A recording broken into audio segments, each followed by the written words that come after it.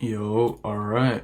Welcome. After a while, man. It's been more than a month from my last video. I think 1.5 months or something. But yeah, man. So this video is going to be basically just a general understanding of how to make creatives. A lot of people have trouble making creatives when they're testing a product because creatives are everything, right? If you don't have a creative, you don't have a brand, you don't have a store, you don't have anything. So, you have to really understand this in order to actually make a store work and stuff. So yeah. So pay attention to this video, watch it till the end, and I guarantee you will leave with something that you have not known before, and if you implement it, you can probably pop a winner very fast. All right, so there's something called the 80-20 rule. Obviously, when this is kind of like at scale, if you're trying to scale your brand, you're doing consistent numbers. What I do is, and I learned this from Dante actually. What he does is he does 80% new concepts and angles, and then 20% iterations. And I kind of applied that, and it's such much better ROI on like your creative strategist and just like the team you're paying, right? Because you don't want to pay a team every month on just making iterations, right? You're wasting your money, you're wasting your time, and you're just wasting output, bro.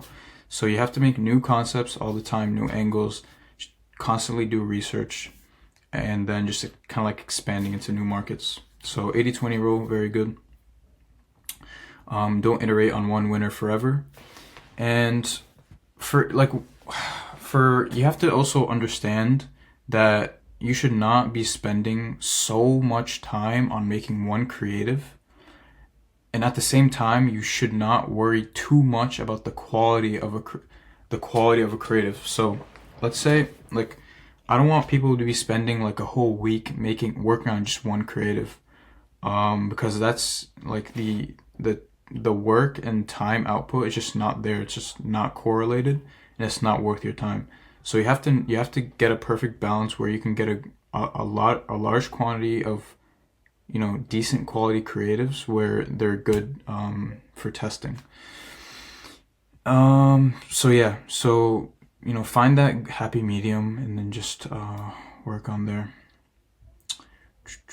Okay, so there are 3 steps to making a creative, right? Pay attention. 3 steps. Step 1 is research. Step 2 is scripting and ideation. And then step 3 is content and finalize and editing, right? So let's walk through each steps and how I do them.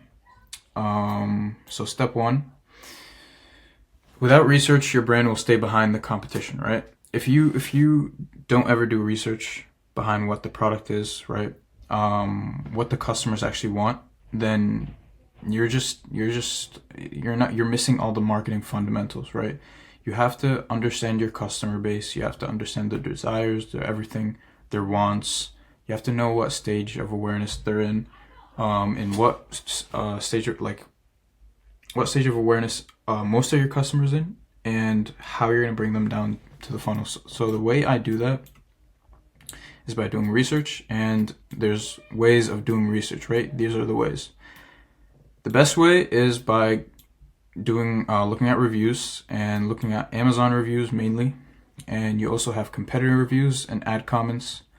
So you can take like your top 3 biggest competitors that are crushing it, and then look through their ad comments.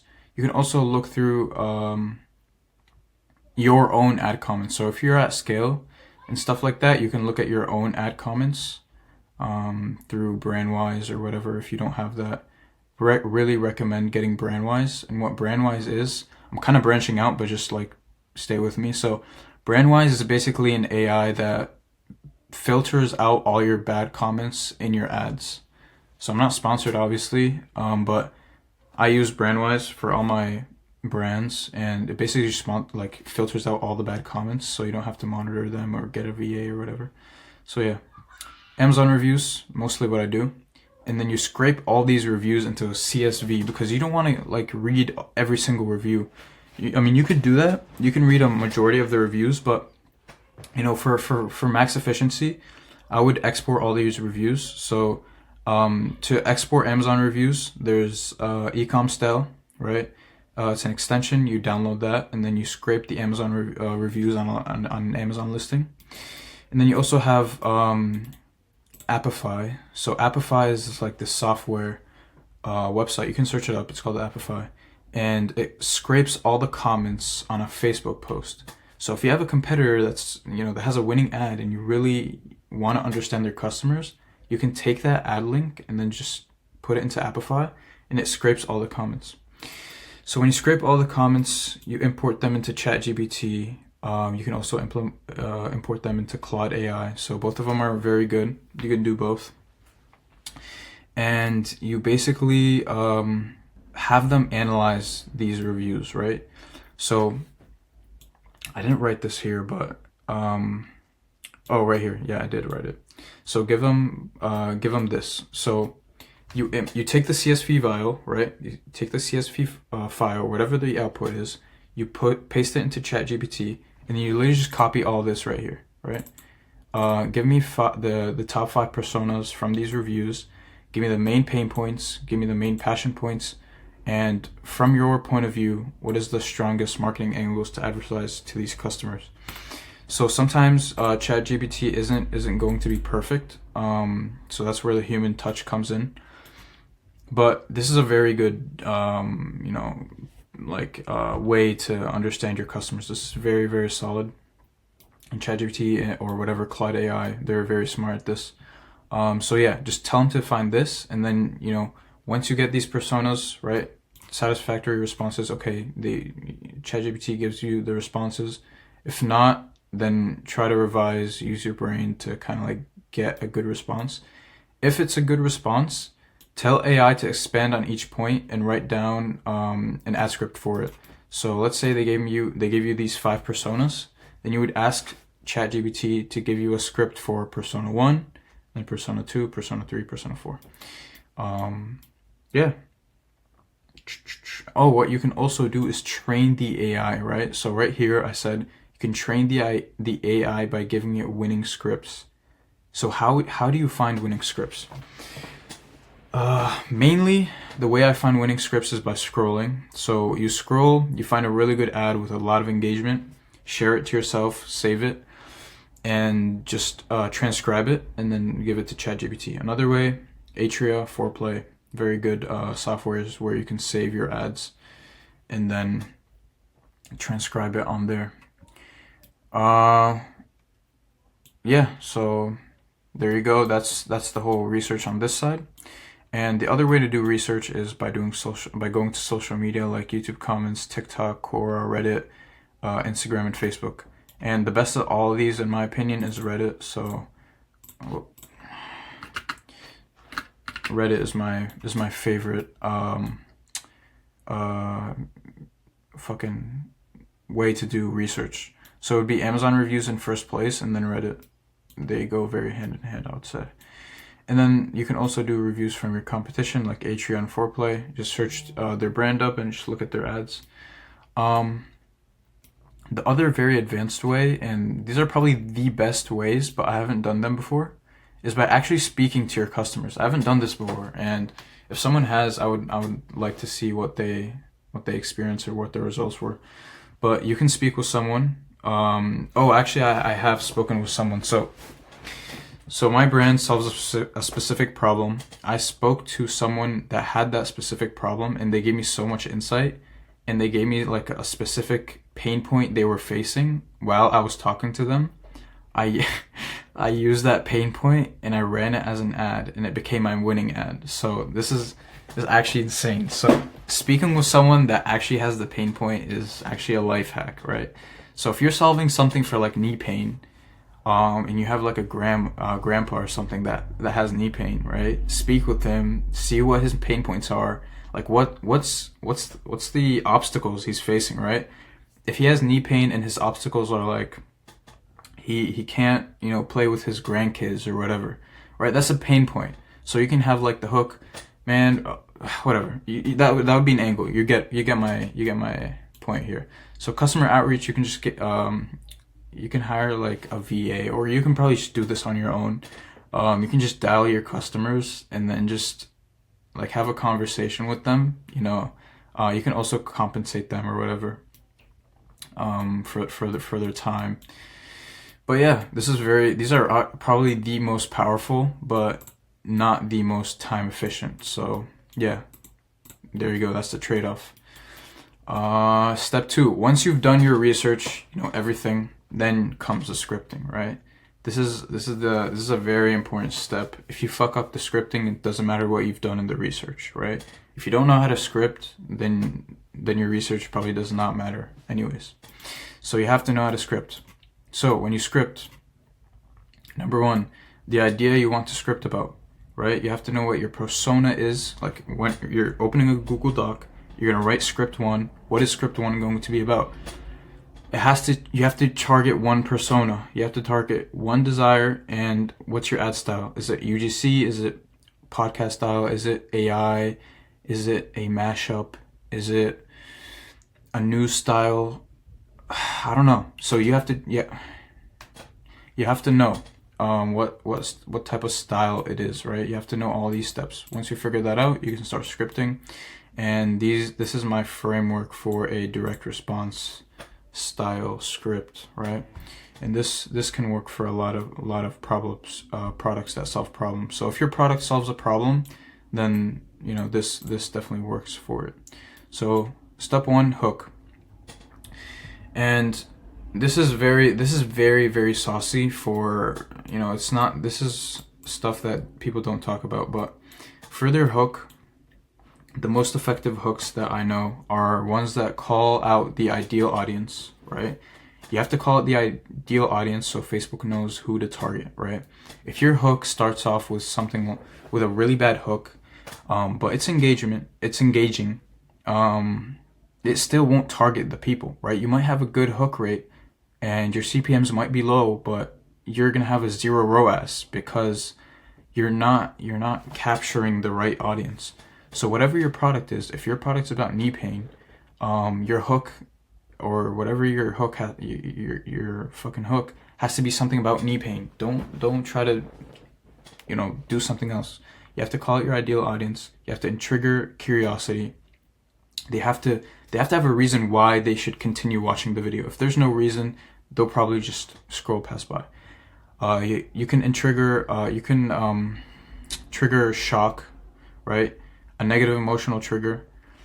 Negative emotional triggers are not brand friendly. So if you're trying to like build a big brand or whatever, it doesn't really matter. But if you're trying to build a big brand, then all right. So as I was saying, you can give a negative emotional trigger, and I'll show examples of all these, right? So if you have any questions, just stick with me here. So you can promise a benefit, all right? Promising a benefit, then they're going to be curious as to how they're going to achieve said benefit. And a personal victory in suffering. So these are all really good. You don't have to stuff all these into just one hook. You can have a mix of these. So here are examples of winning hooks. Though all these hooks are winning, right? This is lion's mane, a supplement that can be taken to rebuild your brain. So I took it for 30 days to see how it would actually change my mind. So what does this do here, right? Okay, so what's good about this hook is that it's a supplement, right? It's a supplement that can rebuild your brain. And so the narrator here, or whatever, who's talking, says he took it for 30 days to see how it would actually change my body. So what does this hook do here? So what it does is it triggers curiosity, right? There's curiosity here, and then there's a wow factor or a shock, kind of, I would say. It's also promising a benefit, right? I would say it's a promising a benefit, and it's triggering curiosity, and it definitely does call out the ideal audience for sure. So this is a must-have, by the way. So this is a must-have, calling out ideal audiences. But yeah, so the way it calls out the ideal audience here is by saying it rebuilds your brain. So anyone that wants to rebuild their brain, you know, they're going to continue watching. You know, if they have dementia or they're just a normal person that wants to, because it just sounds cool, right? You're gonna get smarter, less brain fog or whatever. All right. Red flags of kidney inflammation. So this was just in the ad. It was just like text, right? And it had like a really good hook, B-roll. Red flags, right? You know, very shocking. Of kidney inflammation, calls out the ideal audience and it triggers curiosity by, you know, people want to know what these red flags are. You know, how to, like, oh, red flags of kidney inflammation. I need to know. I might not have kidney inflammation, but now I want to know if I do, but by seeing if I have any of these red flags. Oh, right here. So this whole thing is just, oh, never mind. Okay. So this is another hook right here. So this is what Rise could do. This is what Rise could do to your gut if you drink 1 cup every day. So this is a winning hook. This is what Rise could do to your gut. So right off the start, it mentions the brand, which is interesting. Could do to your gut. So obviously it targets people that, you know, are bloating, gut health. If they drink 1 cup every day. So this is very triggers curiosity, calls out the ideal audience, as you can see. You can pause the video and just look at all these and just study them, but yeah. Next is your lead, right? So after you do your hook and give your customer, the viewers, present them with the hook, you give them a lead. And what the lead is, it meets the viewer at their current beliefs and shifts them to a new one, which is solved by your solution mechanism. So what this means is, let's say you have a customer, right? And they have, they're suffering from gut health, right? Or gut inflammation or whatever. Okay, they have gut inflammation and they think that it's caused by, let's say, bad foods, right? I'm not saying it's not caused by that, but whatever, just giving an example. So let's say it's caused by bad foods. What you're gonna say is, you're gonna meet the viewer at their current beliefs and then shift them to a new one, which is solved by your solution mechanism. So let's say you're selling a supplement that solves their gut problem, right? And your supplement basically improves microbiome, and that in turn improves your gut health. So what you're gonna say is, while most people believe that bad food consumption or whatever, right, leads to gut health, that is not true according to this, you know, whatever 2022 study from Harvard University. They recently found out that it's actually caused by the microbiome, right? The microbiome. So now they're gonna be like, oh shit, so it's not this, it's actually this. Now I need to actually solve this, right? So now they're just gonna be like, okay, now I need to solve this, right? So you kind of like took them off track and placed them into your track where you can actually control everything now. But so this is actually very important. The lead is very, very important if done right, because if you fuck up the lead, then they're just not gonna believe you and they're gonna call you a scam in the comments. They're gonna do everything. So the lead is very important because you're taking their beliefs and slowly shifting them in a way where it's very trustworthy, right? You're adding credibility by including studies or whatever. Obviously, don't lie, but having credibility is important. So they have their initial belief. You're moving them to your track, to the other belief, right? So they kind of agree with you more, and they're kind of more inclined to take whatever you have to offer them. So you have to kind of like enlarge this, right? And be like, okay, this is the microbiome, and you kind of have to enlarge this problem and be like, okay, this is the main culprit behind your bigger problem right here.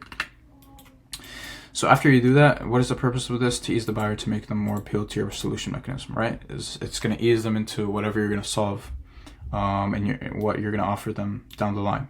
All right, so next you're going to talk about your problem mechanism, and you're going to mention the early signs of the problem and the danger of ignoring it. Right, the emotional pain that comes with the problem, day to day of the problem. What does this problem look like in a real person's life, right? So this is this is where you're going to kind of touch on more on the emotional side of the customer, and this is where this goes heavy on the research that you've done, right? In step 1, this is very heavy on research. Because this is where you speak to the customer the most, right? Because you're going to talk about the emotional pain and how it feels like, how it's affected them day to day, and just how it's like this problem is like really bad and just affecting them in overall, right? And you have to really hit on the danger of ignoring the problem, right? You have to emphasize that ignoring this problem is going to lead to even more problems down the line, which you don't want, and it's going to inflate the problem even more, etc., etc. So it's very important that you do this. This adds urgency, right? So this is urgency right here. All right, so this is urgency, which is very crucial when you're making the ads, because they have to have a reason as to why they should buy now, right? Or get your product right now. And I didn't mention this, but what a problem mechanism is a different way, a different kind of like a terminology or a different way of putting a problem. So let me give you an example. Let's say the problem let's go to the original example here with the gut inflammation. Let's say the main problem for gut health is microbiome, right? Your microbiome is very bad. So a way you can say is problem mechanism. So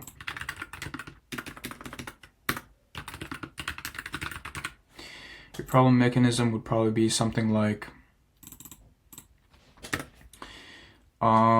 just thinking on the fly here, you can say like bacterial overgrowth, microbiome bacterial overgrowth. So this is a way where you can kind of introduce, this is probably a bad example, but all right. Anyways, so this is very important. Agitate the pain, kind of like hit them on the pain points, right, that you got from the research before. When you agitate those pain points, they really want to solve their problem now, because they're just like really climaxing, right? You've been going up and up and up and up, right? The hook goes up a lead, and then you agitate the problem even more. Now they just want some relief, right? So the relief would be kind of here, honestly. This is probably where you'd climax. So let's finish this. So after you agitate the pain and stuff, you're going to compare it to inferior solutions. So this is kind of where you're at the peak, and then you're kind of going to go down. So you're going to be like, because there's obviously solutions to the problem out there, and you kind of have to eliminate those solutions, right? So let's say their problem is back pain. You don't want them to watch your video and then just book a chiropractor appointment, right? Or watch your video and then go on Amazon, or watch your video and just look for other solutions. So you have to put other solutions way inferior to yours. So you have to stand out as the ultimate superior solution out there, and you have to do this in a very, very, very smart way. And the way you do that is by kind of leading them, right? You're not going to be like, oh, these other solutions are horrible, right? That could work, but a smarter way you would include a small positive about the alternative solutions, and then hit them with a much harder negative. Example. So let's say you're solving back pain, right? back pain. And let's say the solutions, your product, right? Your product,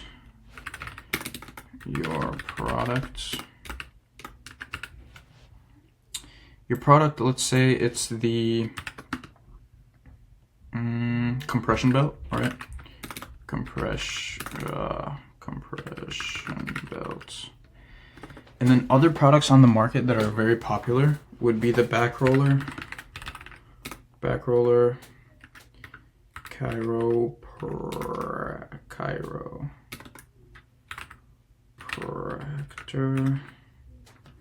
What else is there?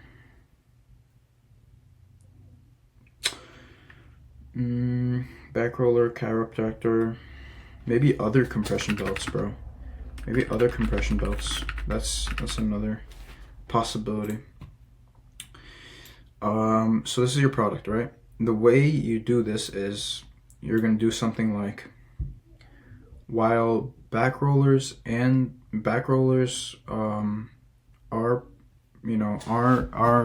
good fixes to back pain, they do not address the root cause of the problem, which is problem mechanism, right? Which is your problem mechanism. Because your problem mechanism is unheard of, right? They haven't heard of the problem mechanism before. So and you're supposed to let them know that this problem mechanism, your product is the only product that solves the problem mechanism that you made. And all these other products right here don't solve the problem mechanism. Hoping that makes sense. So your product is the compression belt, right? Your product is the compression belt. And you're going to be like, these other products, whatever the negatives are, let's say your compression belt is like $79 or $79, $59, whatever.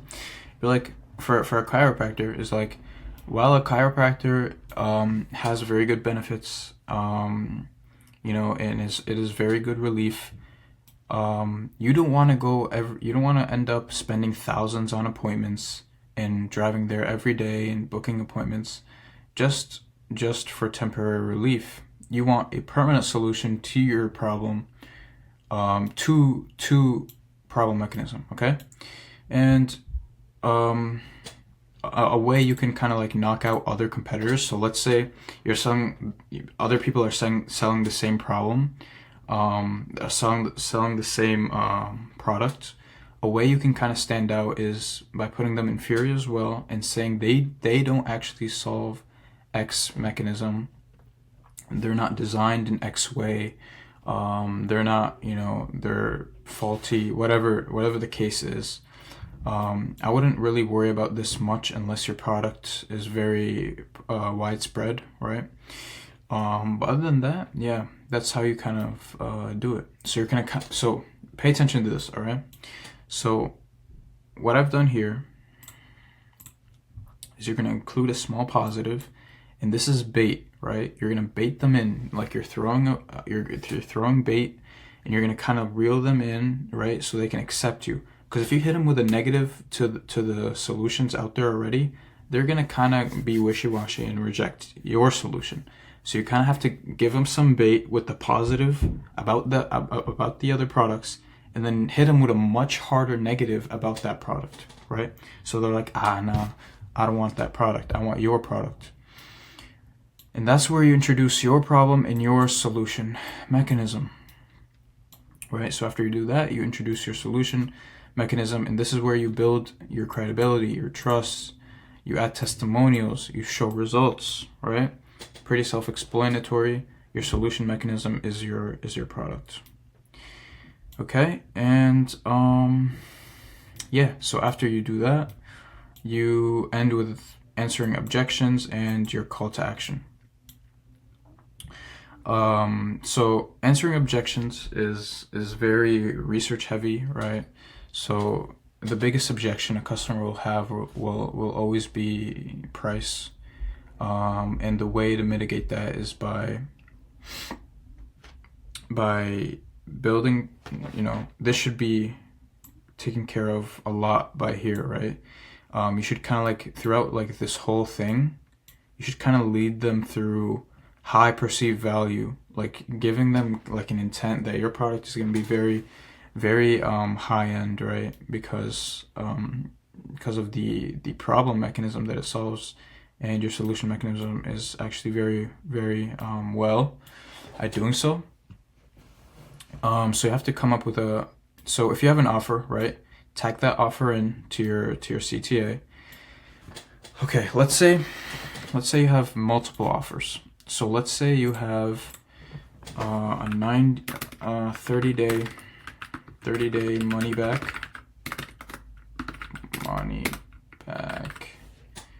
Let's say you also have a BOGO deal. And let's say you're running a 30% sale. Okay, let's say you're doing all this. And this is called offer stacking, right? At the CTA. You don't want to throw this randomly, because you want to throw this in a way where you have the least appealing offer at the beginning, and I'll tell you why, but it's going to make sense. So you're going to have the least appealing offer in the beginning. So let's say the 30% sale is the least appealing, then the BOGO, the buy one get one free, and then the 30-day money back, right? Basically, so you're going to be like, in the script, in the CTA, you're going to be like, and we're offering an exclusive sale of 30% off for first-time customers only. And if they're interested, they're going to click, right? You're going to get that CPC, and they're going to go on your website. And then if they stay, that means they're a little bit more hesitant, they're a little bit more skeptical, so they're going to keep watching. So you hit them with an even better offer, which is, on top of that, there's a buy one get one free that's ending in, X amount of days or whatever. You get the point. And if they're convinced, they're going to click. If not, they're going to keep watching. And then you're going to hit them with a 30-day money back guarantee, which is, it completely takes out the risk, right? So let's say you're going to be like, let's say you get this, you tried this product and you get no results in 30 days, we'll give you a full refund. Now they're going to be very sold, and they're going to go click and then buy your product. So that's offer stacking right there. This is very, very good for DR scripting. And yeah, second point, see what the most frequent objection is. So obviously this is kind of like, if you're mid-scale or whatever, you kind of have a better feel. If you have never ran the product, or you're still testing the product, this can also be done through the research stage right here with the reviews and stuff like that. Tier the offers down, talked about this right here. Give the viewers a clear action to take. So, click shop now. Don't give them too many stuff to do. Give them one clear action to take. Just shop now, click shop now down below and get yours today, stuff like that. Why should they take this action? This is very good. You can be like, don't wait any longer, because the more you wait, the more X problem will get worse. Or, obviously I'm being very generic here. If you're good at scripting, you'll come up with a very, very good offer, very good way to say this. So give them a clear reason as to why they should shop now. Why should they do that? Right? So, all right. Once you have your script, you have your full script, you're going to go to actually making the content itself. And this is kind of the hard part. This is probably the hardest part and the most annoying part, right? Because no one likes to edit, honestly. No one likes to edit. No one likes to source content. So this is how I simplify it for everyone, right? This whole part right here, research, scripting, anyone can do. It's very systemized. But getting the content in and just editing is kind of where most people just quit. So there's a lot of places where you can get content. There's spy tools. So you got PPIs, Calidata. You can just rip videos from there. TikTok, very great. IG Reels, barely used, but it's there. YouTube Shorts, I don't use as well, but it's there. YouTube documentaries, and stock footage. So you get stock footage from Storyblocks and Elements and Pexels and iStock. Yeah, so this is all the places where you source content if you want to rip, right?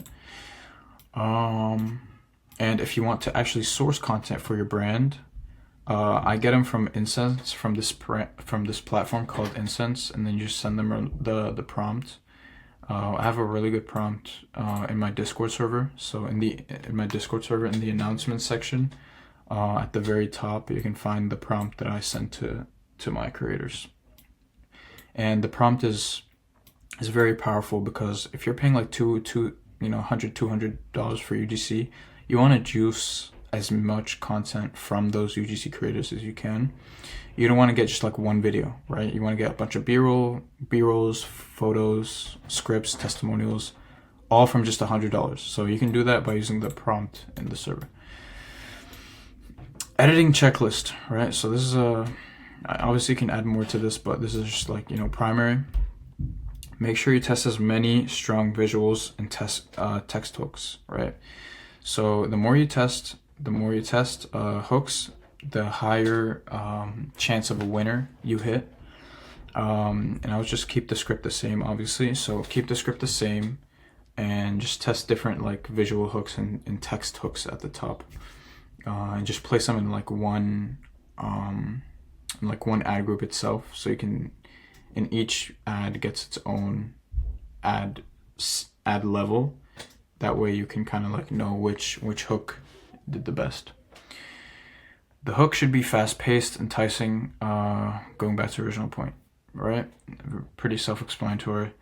And this is very important. So I hate, especially when my editors, they edit a video and then they just put random fucking B-roll in like sections where that fucking B-roll shouldn't be there, right? So make sure your B-roll matches the script, right? Make sure it does that, because if it doesn't, it looks so ass and there's no engagement and people just keep scrolling, right? People will be lost. But if you perfectly match the B-roll to the script itself and show a lot of visuals, that's where your creative hits, right? Change the B-roll scene every 3 to 4 seconds, especially at the start. So change the B-roll. The scene should keep changing every 3 to 4 seconds, especially at the start. Maybe as you're getting to the CTA, the end, they've already watched. They're not gonna leave the video, right? So you can change every 5 seconds or so, whatever. High quality B-roll, and don't overuse stock footage. So don't use any fucking blurry shit, right? Like, bro, it makes me so mad when I see like videos and like people sending me like creatives to review of just like low quality B-roll, right? It's so annoying.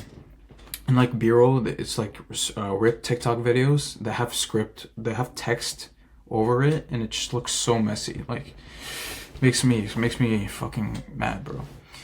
Don't overuse stock footage. So there's a lot of good stock footage and there's a lot of bad stock footage that you want to stay away from, especially the I know you should, like, if you go to like Storyblock or whatever all these websites, you're gonna find like the shit stock footage where it's like so obvious and it just looks so scammy and stupid. So don't overuse it. Don't overuse the stock footage. Don't go crazy on it. It's good to use, but yeah, don't overuse especially the humans, the actors. I try to stay away from the actors as much as possible. Yeah, alright, so that's the creative SOP. Long ass video, but hope you guys found it valuable. And yeah, let me know what new video I should make. And yeah, if you aren't in the Discord server, join it. We do calls in there every once in a while, so like AMAs and stuff. So yeah, man. Bye.